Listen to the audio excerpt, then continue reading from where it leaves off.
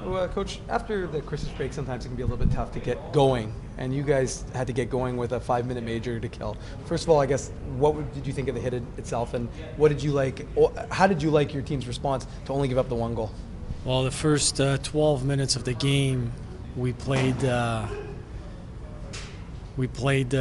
minutes short-handed, so you have to adjust your bench because you want to give minutes to your guys. You want to get them going. That's the main thing. After a long break, you want to get your bench going. So it wasn't possible. So it looked like it was a slower start.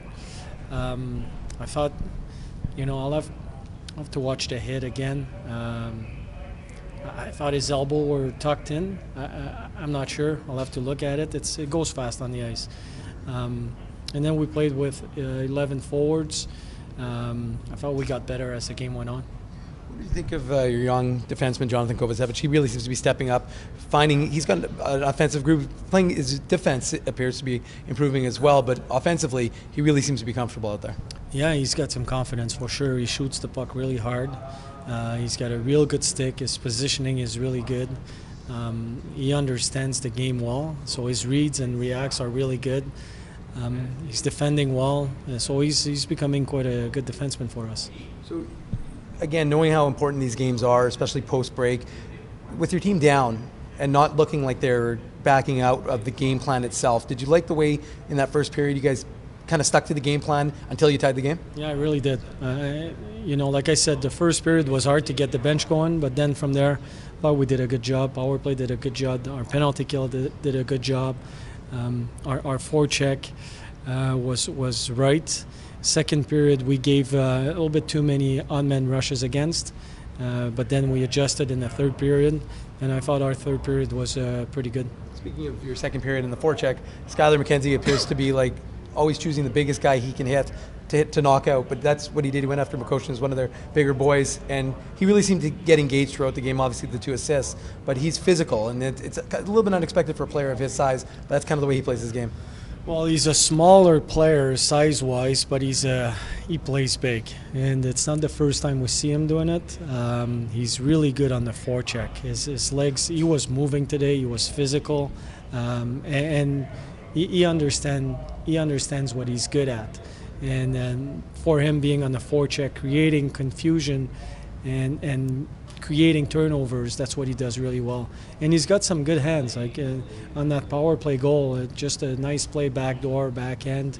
That was a real good play. So, he was one of our best forward today for sure.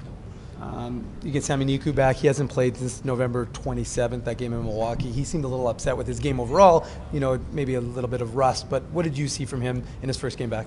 Well, Sammy can be really hard on himself at times. The first game after a while, and then the Christmas break, he couldn't skate for a few days. I thought he moved the puck right. He's obviously, his own expectations are higher than that. But you know what? He was part of a winning team today, and he made some good passes. I have no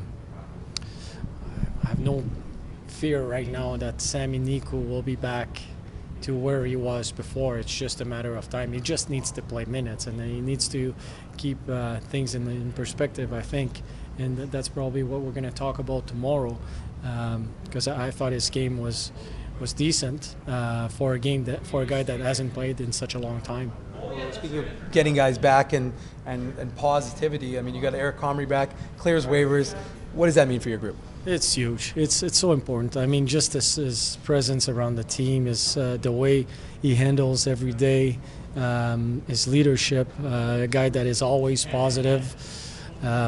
I told him we might send him down to Jacksonville so he travels a little bit more for a conditioning stint. But no, it's really exciting for us. Our team is, the boys are really excited, and he's going to give us a chance to play 2 goalies.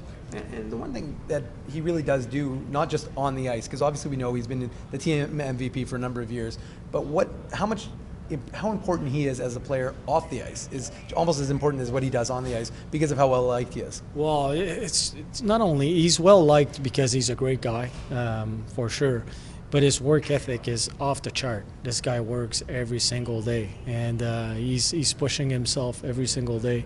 So his leadership is not only what he says and what he does off the ice, but it's also in practices.